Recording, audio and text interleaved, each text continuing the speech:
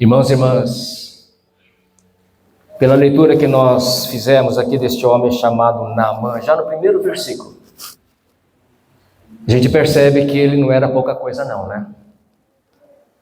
A gente percebe que ele era um homem, digamos, poderoso, um homem conceituado. Se fosse nos dias atuais, talvez ele fosse um sujeito que tivesse assim na sua farda, na sua armadura, muitas medalhas de reconhecimento, de honrarias. Porque a palavra de Deus nos diz que, olha aqui o primeiro versículo, era um homem, grande homem, diante do seu Senhor. O que é isso, irmãos? É um homem super conceituado. Talvez as pessoas só faltavam beijar-lhe as mãos, ou se curvarem perante ele. Devia ser um homem até temido, tão respeitado que ele era, de muito conceito, porque o Senhor, Deus, tinha dado muitas vitórias através das mãos dele, glorificado ao Senhor. Mas olha o que diz aqui, o finalzinho do versículo 1, né, irmãos? Tinha um porém leproso. Assim como tem muitas pessoas, eu tenho muito dinheiro, porém eu sou infeliz. Eu tenho grandes casas, grandes propriedades, mas não tenho saúde. Eu tenho todos os diplomas da vida, porém estou desempregado. Não consigo um emprego. Então, irmãos, esse porém entra na reta de muitas pessoas. Eu diria que todos nós já passamos por uns poréns na nossa vida. Porque nós passamos por momentos difíceis. Por mais crentes que nós sejamos, por mais de igreja que nós sejamos, por mais dizimista que nós sejamos, cumpridores das leis, por mais tementes que nós sejamos a Deus, quem aqui nunca passou por momentos de dificuldade, de crises, talvez na família, talvez conjugal, talvez em relação aos filhos? Quantos aqui, irmãos, na igreja, vamos dizer assim, não que esteja fingindo, mas uma postura que nós temos, está lá, paz do Senhor, glória a Deus, aleluia, Deus tem poder, mas chega em casa, chora. Aquele quarto secreto, ora a Deus. E a oração pode ser assim: Senhor, quando é que vai passar isso? Quando é que eu vou ser curado dessa lepra? Quando é que a minha família vai ser restaurada? Eu tenho orado, tenho clamado ao Senhor. Eu imagino que Naamã era esse tipo, irmãos. Todo famosão, todo bonitão, todo charmosão. Não sei se ele usava, que tipo de farda ele usava militar naquela época. Não pesquisei isso. Se era armadura, se era, sei lá. O fato é que ele chegava em casa e tirava. E se desnudava. E ele se olhava no espelho e falava: olha que coisa que eu sou. Para não dizer porcaria, né, irmãos? Tão respeitado. Meus conservas, meus servos, os soldados, todos se curvam diante de mim, mas chega em casa, olha, eu me curvo perante esse espelho da época, né? Eu creio que ele tinha família, porque aqui fala que pegaram como escrava uma menina, né, irmãos? Que chegou para a esposa dele, então ele tinha esposa. Assim nós podemos deduzir que tinha filhos. Tinha uma família. Assim como você tem uma família. E todos de casa sabiam quem era o Naamã de casa. Não o Naamã militar. Todos conhecem o pastor Cláudio, o pastor. Mas em casa é o Cláudio. Todos conhecem o pastor Tadeu, da igreja metodista, grande coisa, né, irmãos? Mas em casa é o Tadeu. Para Vânia, eu sou o Tinho. Assim também Naamã, irmãos. Assim você. Quem sabe nesta noite, irmãos, é o momento de Deus estar dizendo para você desde esse início: eu não quero que você seja isso que você aparenta, eu quero que você seja diante de mim quem você é. com as suas lutas, com as suas crises, com as suas questões, questionamentos, com as suas tristezas. Porque eu vou abrir o altar no final, viu? O pastor Cláudio me autorizou a abrir o altar para a gente orar. Para ter um momento de você se derramar na presença de Deus, como eu quero interpretar que Naamã acabou fazendo isso. Por que eu digo acabou fazendo isso? Porque um dia então nós lemos aqui, uma menina chegou para a esposa e falou assim: olha, tomara meu Senhor estivesse diante do profeta, com certeza ia se curar. Essa menina era crente, irmãos. Era crente. E mesmo escrava, mesmo sendo subjugada ali a serviço da esposa, não deixou de ser missionária. Sabe, irmãos, nós temos um chamado, você tem esse chamado para ser missionário. Vai ter um curso de evangelismo, né? Para ser evangelista, para pregar a palavra, para falar a palavra a tempo e fora de tempo. Pintou oportunidade para orar, ora. Pintou oportunidade para falar de Jesus, fala.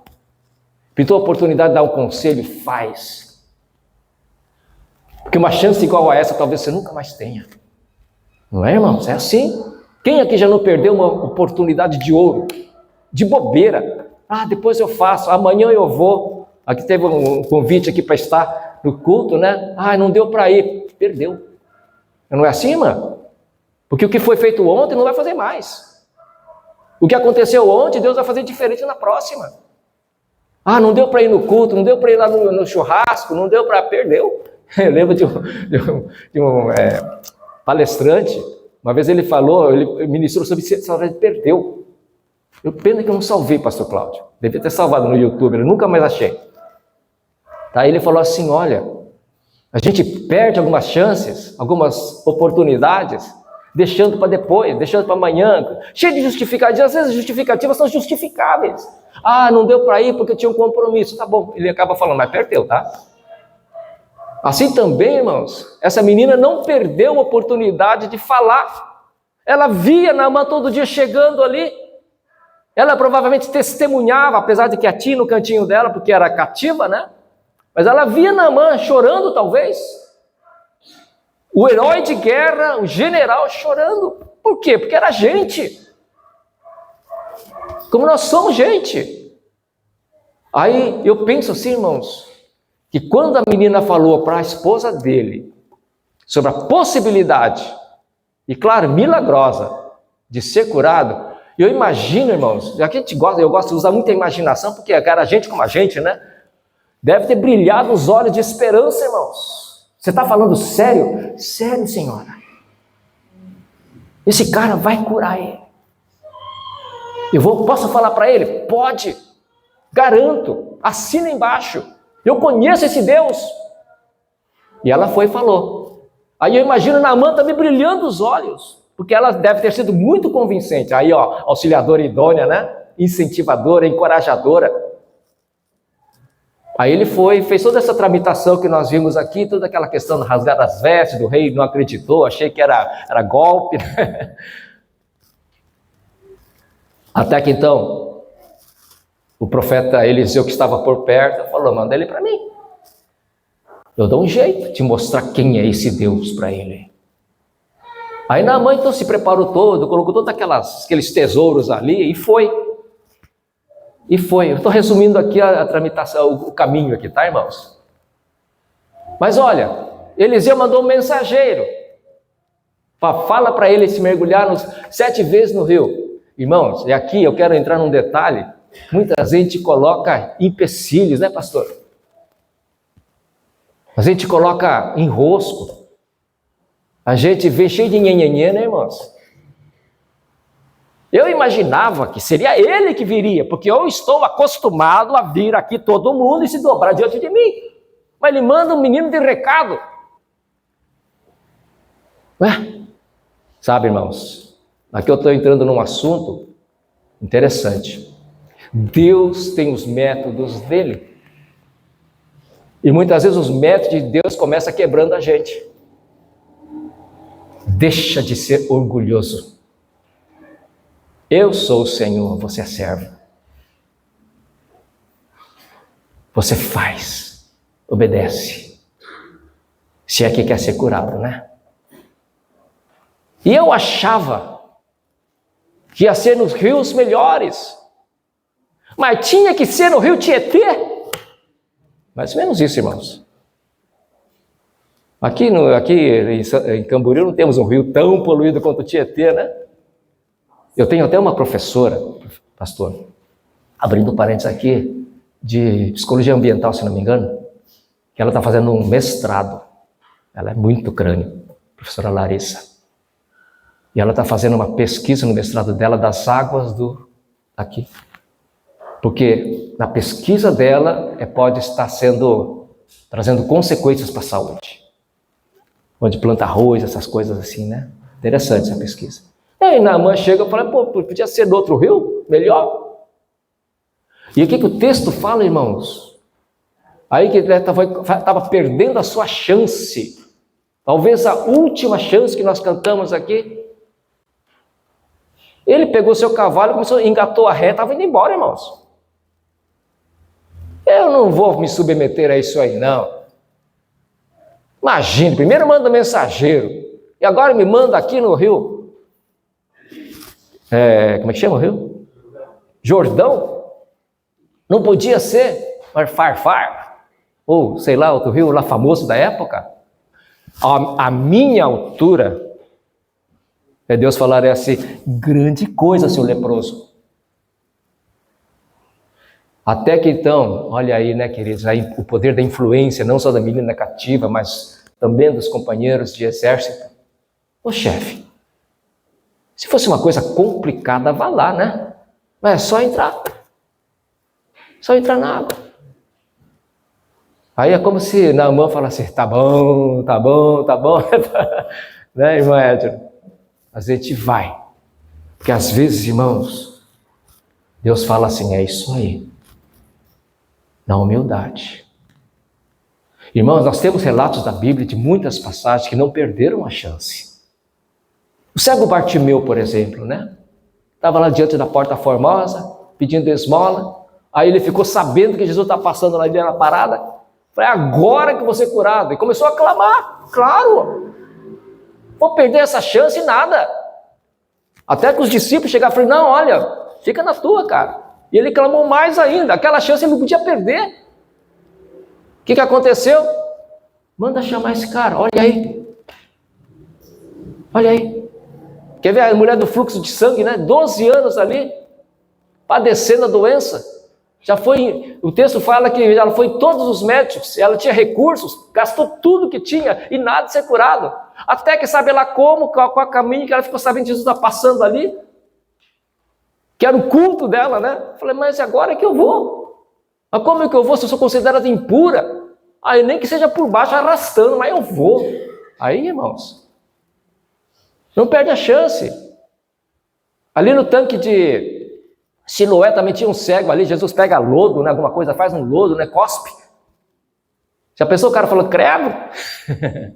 Jesus cuspiu no lodo e tacou nos olhos dele, no zóio, né?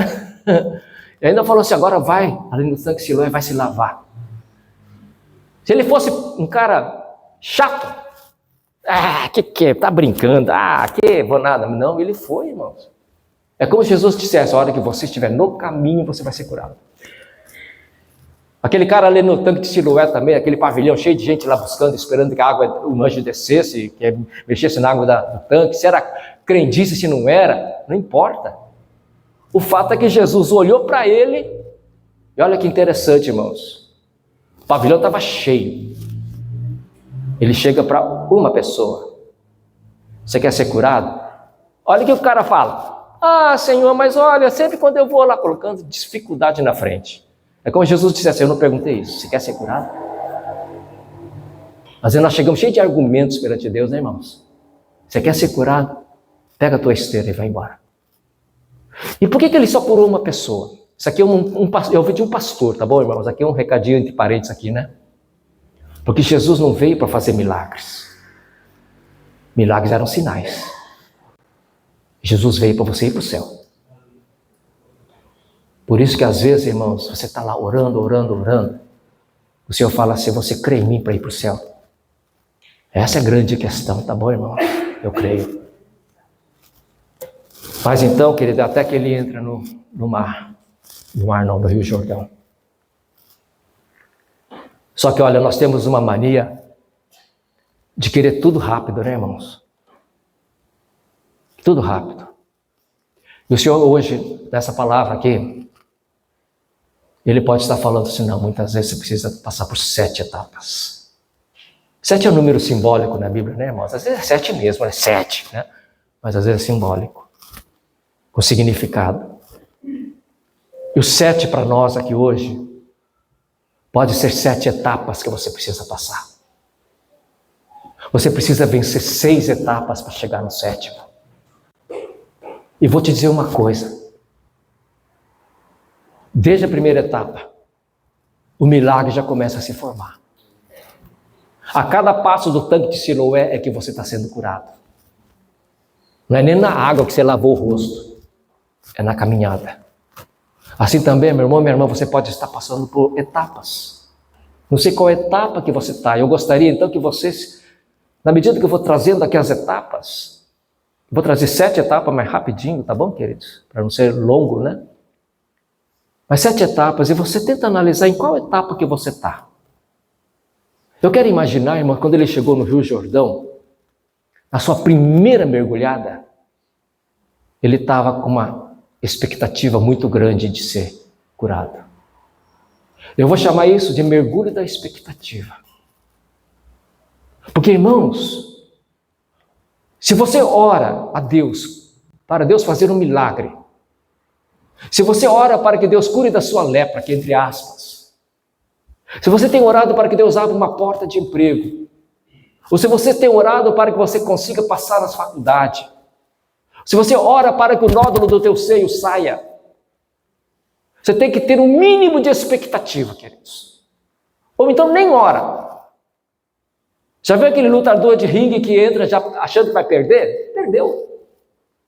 Eu lembro do Muhammad Ali, Cassius Clay, lutador que muita gente aqui acho que nem conhece, são novos, né? Dizem que ele chegava no ouvido do lutador, do oponente dele, e falava assim, qual round você quer cair? Porque se você já entrar numa situação de batalha espiritual, ou batalha por uma bênção, por um milagre, achando que não vai conseguir, não perca tempo. Mas se você entra na água do Rio Jordão, esperando ser curado, você tem que ter expectativa, irmãos. Expectativa, eu digo a respeito de esperança. Nós temos que ter esperança de que vamos conseguir. E às vezes nós temos que usar a palavra profética, sabe, irmãos? Palavra profética é palavra de autoridade. Eu vou conseguir. Eu lembro quando eu estava em Londrina, teve um concurso do Instituto Agronômico do Paraná, 30 candidatos para uma vaga. Na hora que eu vou fazer a inscrição ali no RH, tinha um tapete azul, irmãos. Não sei se eu já contei aqui, já vim tantas vezes aqui, já nem sei se contei ou não contei, né, pastor? Mas eu lembro que tinha um tapete azul, eu falei assim, eu vou pisar nesse tapete todo dia. Não era meu departamento que eu vou trabalhar, mas era profético. E passei. A hora que ele, e a pai ligou e falou, olha, o senhor traz o seu documento. Eu falei, eu sabia que ia entrar. Assim, tem que profetizar. Quando você vai no médico fazer uma cirurgia, alguma coisa assim, eu sei que você é curado. Ah, mas tem tantas pessoas que já morreram, não é o teu caso. Não é o teu caso. Quando nós mudamos de Bandeirantes para Balneário Camboriú, a Vânia veio desempregada, minha esposa, por quê? Porque teve que abrir mão do serviço para poder seguir o ministério pastoral comigo. Chorou bastante, né, irmãos? Até que abriu uma vaga aqui em Itajaí.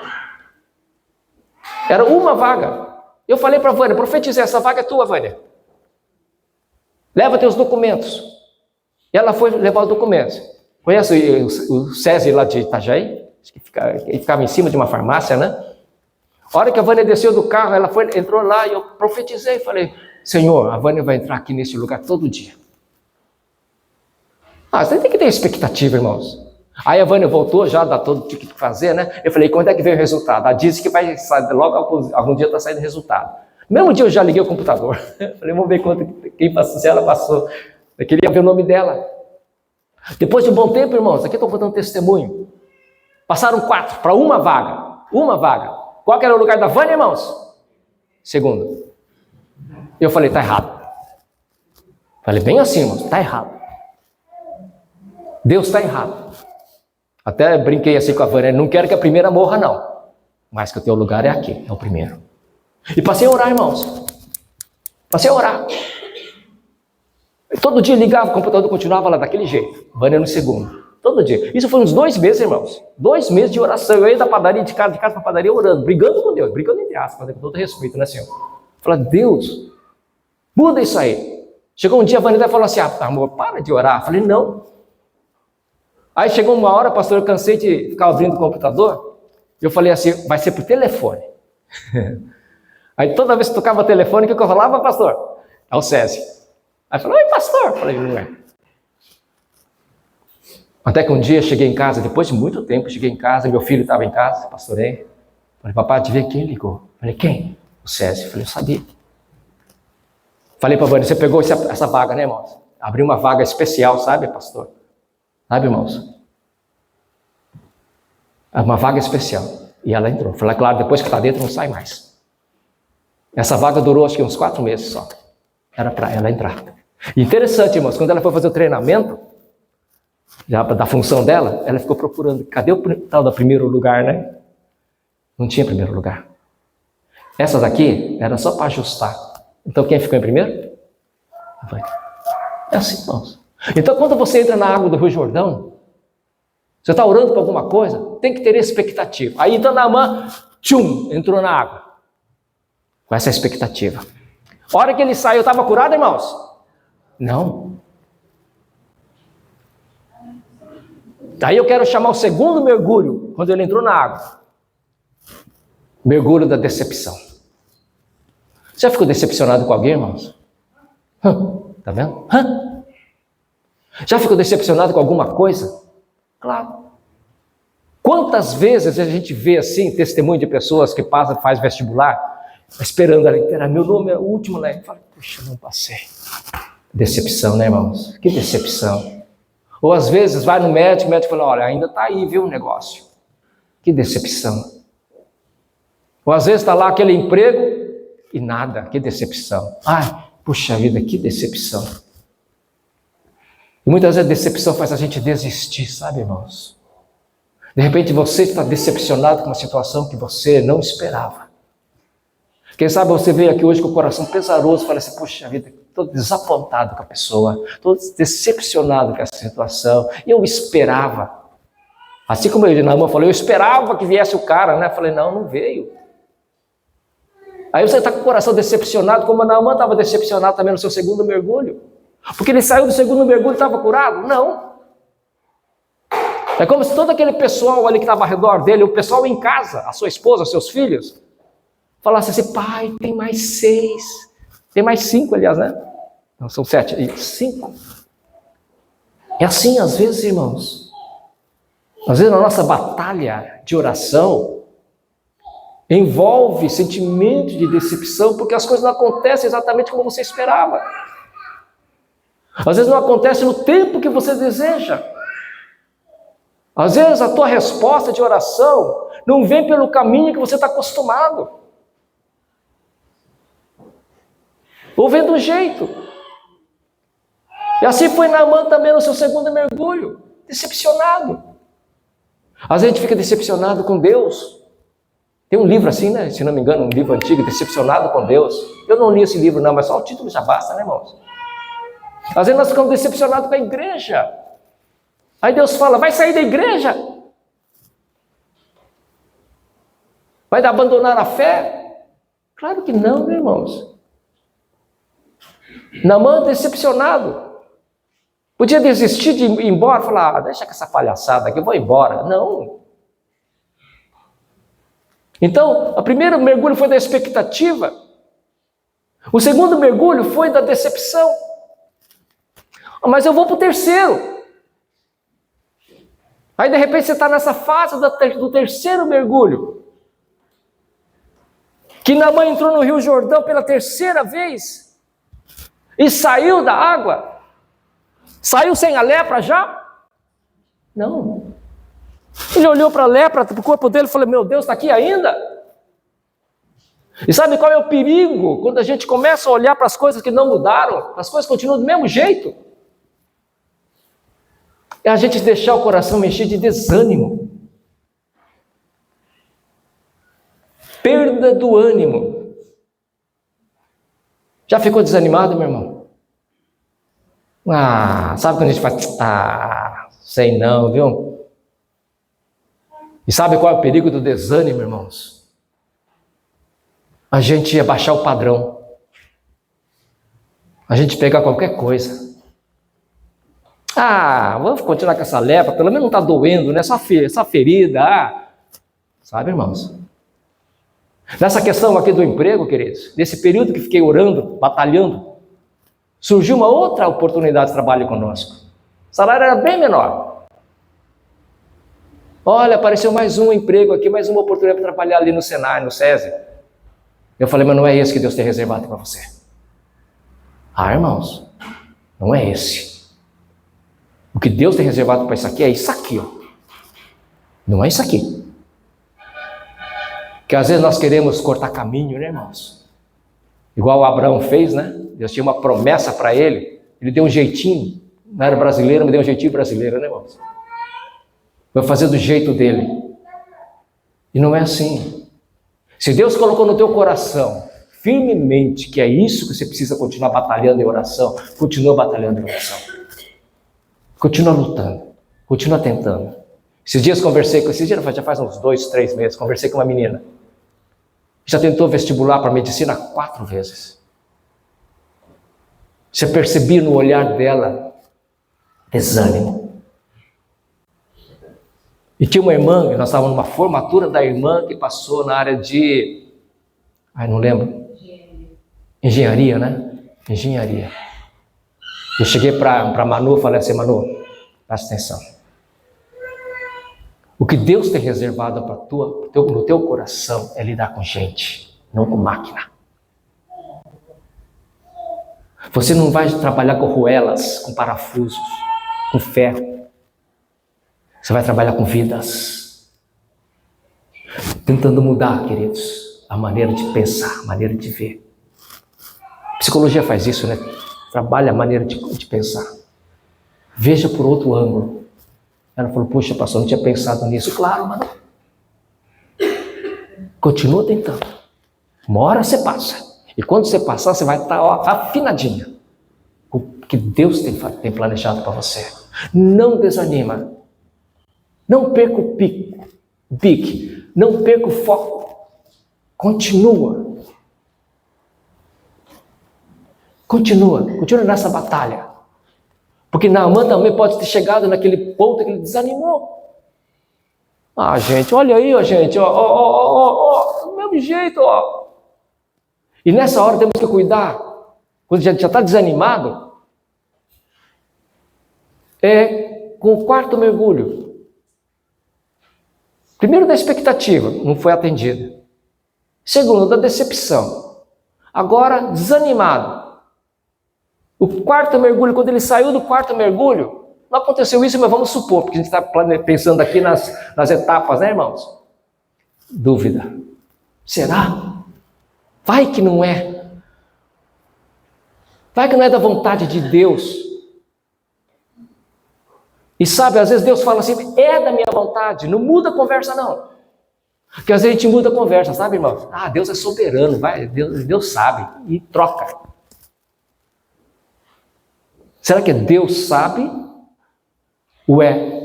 Eu estou em dúvida. Aí você que tem discernimento. Você que tem que ter discernimento. Se é posicionamento de fé, Deus sabe. Deus é soberano, claro. Ninguém duvida disso. Mas você está trocando 6 por meia dúzia por quê? Por causa disso ou porque está batendo dúvida no teu coração? Já não sei mais se é isso que eu quero. Você não sabe se é isso que você quer ou você está fraquejando, está jogando a toalha, está desistindo. Então, querido, muito perigosa essa fase da dúvida. E sabe uma coisa perigosa na fase da dúvida? Ouvir pessoas que não creem. É um cuidado que nós temos que ter, porque você está com o coração cheio de dúvidas. Será? Aí você compartilha com alguém que não devia compartilhar, porque não crê como você crê, não está orando como você está orando. Ah, eu tenho dúvida se meu marido tem jeito. Ah, não, separa desse cara. Já era, irmãos. Lembra daquela passagem de Jairo, João, evangelho de João, né? Que ele chegou que tinha uma filha de 12 anos que estava em estado terminal, vamos pensar assim. Ele vai até Jesus. Senhor, eu gostaria que o Senhor curasse minha filha. Ainda estava falando quando chegou os pessimistas. Não incomode mais o mestre porque tua filha já morreu. O que o Senhor falou para ele? Para Jairo? Vocês lembram? Não temas. Não deixa o medo entrar no teu coração. Então somente continua crendo. Não temas. Crê somente. Estou falando de gente pessimista que vai tentando nos influenciar, né, irmão? Tentar estragar a tua fé. Chegando em casa, ele encontrou o quê? Todo mundo feliz da vida que a menina estava viva já? Não. Encontrou um velório, irmãos. Típico de velório, pessoa chorando.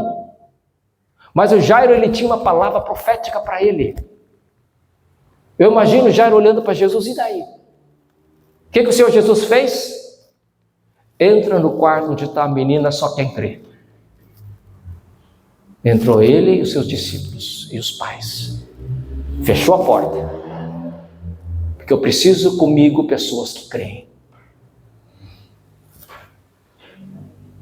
E chegou Talita Cumi. Levanta. É assim, irmãos. Então cuidado com a dúvida. Então nós vivemos aqui expectativa, decepção, desânimo e dúvida. Quando ele sai da água, do seu 5º mergulho, já vencendo a dúvida, não, mesmo que estou duvidando, eu vou entrar no meu 5º mergulho e não está curado. Sabe qual é o grande risco agora? Só estou falando de risco, né? Mas é um posicionamento que você tem que tomar cuidado. Que é muito comum de acontecer. Bateu a dúvida, bateu o desânimo. É a gente murmurar. A gente conhece a história do povo de Israel, né, irmãos? Um caminho tão curto ficou tão longo. E como nós temos a mania de murmurar, né, irmãos? Murmurar. O que é murmuração, irmãos? Resmungar. O que é resmungar? Aquilo que eu lembro do desenho animado. Lembra do leão e da hiena? Lip e hard, hard. O que hard, hard, hard falava? Ó, tia, ó, dor, ó, azar, sabia que não ia dar certo. Irmão, não seja crente assim. Para de murmurar. Ai, essa comida podia estar mais gostosa. Ai, está faltando sal. Ai, meu marido podia ser assim. Ai, minha esposa, ai, Jesus, né? Ai, Jesus, tem misericórdia.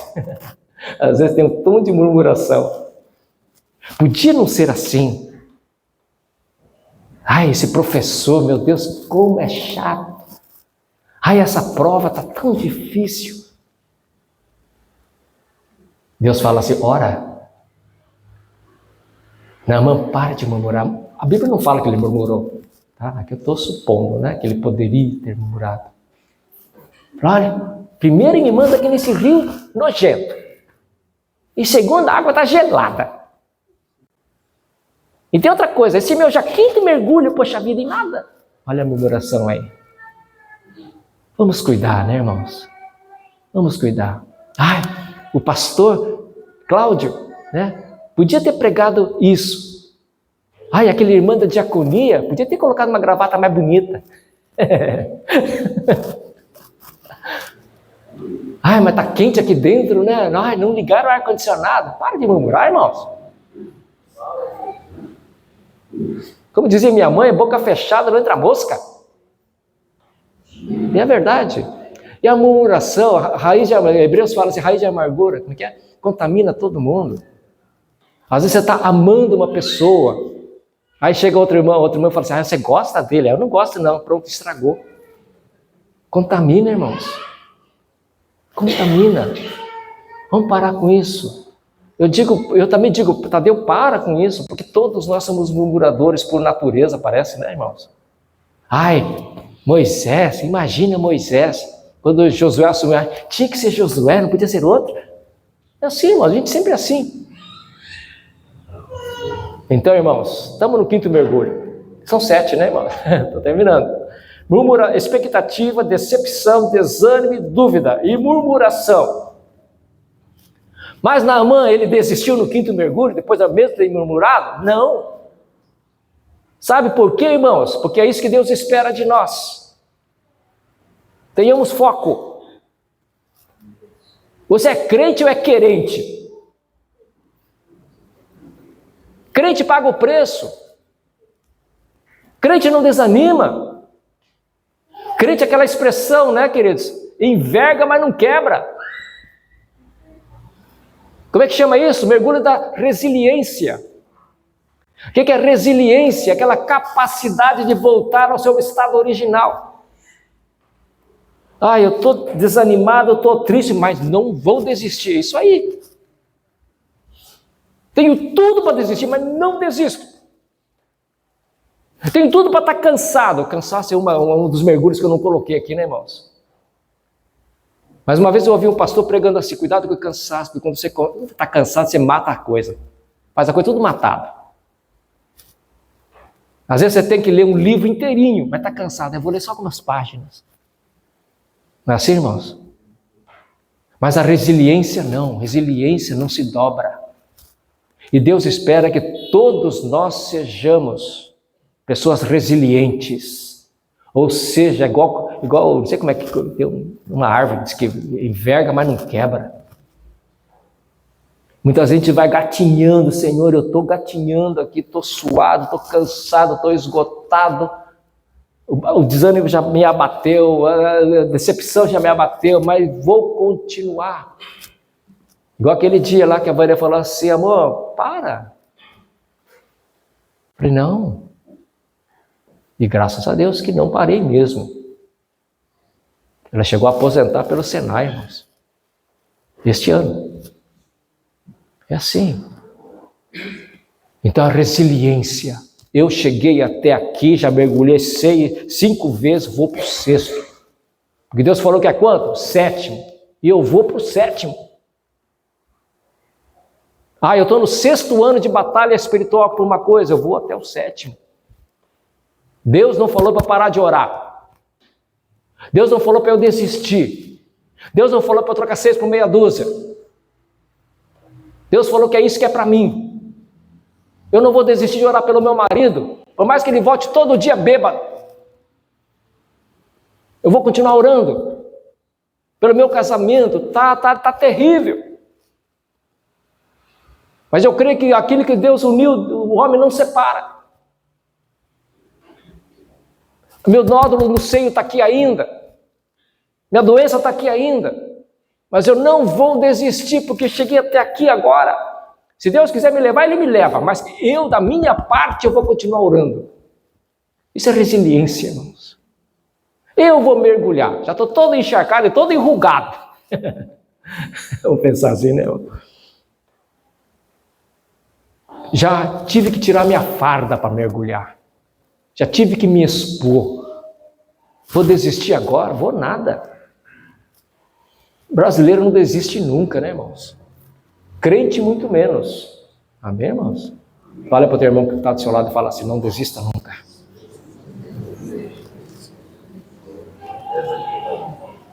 Porque aí ele foi para o 7º mergulho. Eu vou chamar de mergulho da honra. Deus honra a sua fé, meu irmão, minha irmã. Deus te exalta.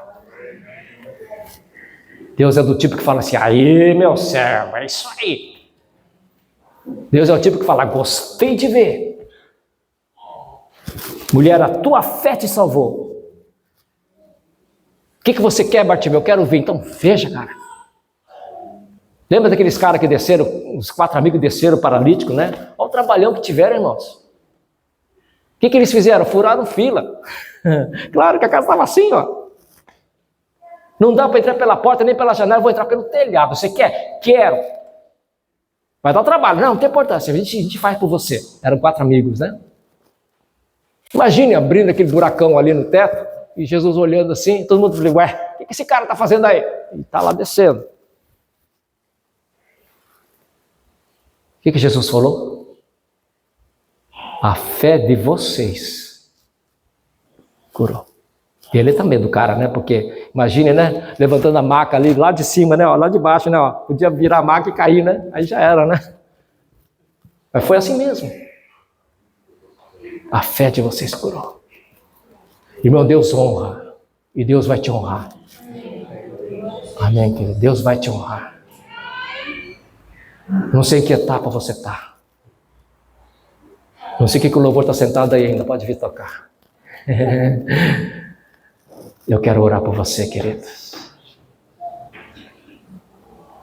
Talvez você esteja com uma grande expectativa de alguma coisa que você vai fazer. Coloca a tua expectativa perante o Senhor aqui no altar. Falei, Deus, eu tenho uma expectativa de que o Senhor vai fazer isso. Quem sabe você vem para o altar porque se decepcionou. Está decepcionadíssimo. Não vamos mascarar nossos sentimentos, que não é esse o propósito da palavra de hoje, né, queridos? É você ser perante Deus. Deus, quando olhou nos olhos de Jairo, a filha já morreu, ele viu decepção. Claro. Mas não, somente creia. Se você está decepcionado com alguma coisa, traz essa decepção perante o Senhor com sinceridade. Porque sabe, você esteja assim, desanimado. Pastor, não, Senhor, perdi o meu pique. Estou cansado. Estou desanimado. Tenho vontade de desistir. Tenho vontade de jogar a toalha. O que eu faço? O Senhor está dizendo hoje. Continua firme. E talvez você esteja, queridos, já até murmurando. Então, a oportunidade de chegar e pedir perdão também. Mas o Senhor quer te honrar. Seja forte e corajoso. Continua firme. Seja resiliente. Que eu vou te honrar. Só para quando eu disser para. Enquanto você não colocar discernimento. Enquanto o Senhor não colocar no seu coração. Meu plano é outro. Mudou. Deus pode mudar plano. Claro que pode. Mas Deus tem que colocar isso com muita convicção no seu coração.